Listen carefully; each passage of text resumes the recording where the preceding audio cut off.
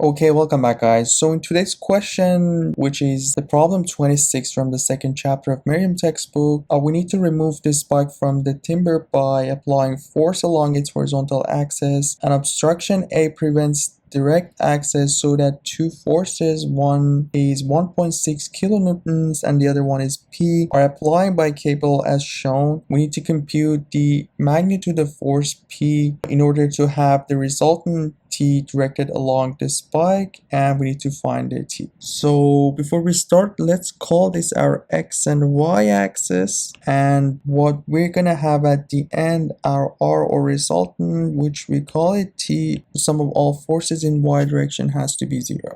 So if that's the case, let's just do the sum of all forces in Y direction 0, and what we have for P is, let's call this angle alpha and this angle beta. So let's just find the angles first. So we know tangent of alpha would be opposite, which is 100 divided by adjacent 200. So the alpha would be tangent inverse of 1/2, and the alpha would be 26.6 degrees, and simply beta will be the tangent inverse of, again the opposite this time is 150 divided by 200, and beta will be 36.9 degrees. So now that we have the angle, it's easy enough to find the x and y component of each. So for y we have P sine of alpha, which is 26.6 minus 1.6 sine of beta, which is 36.9. This has to be equal to 0, and from here we can find P, which will be 1.6 sine of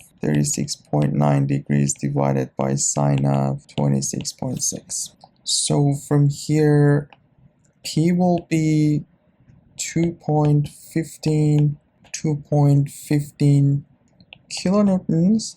So that's the answer for the first part of the question, where we needed to find the magnitude of P, and simply the sum of all forces in x direction would be our T, which will be this time P cosine of 26.6. So we will have the x component of 1.6, which will be basically 1.6 times cosine of 36.9. So we know P is 2.15, and what we're gonna get is 1.92 for this part, plus the second part will be 1.28, and that's gonna give us 3.2 kilonewtons, which would be the resultant of these two forces along the x-axis, or the magnitude of the T. So that would be all for this question. Please make sure to subscribe to the channel, like and comment, and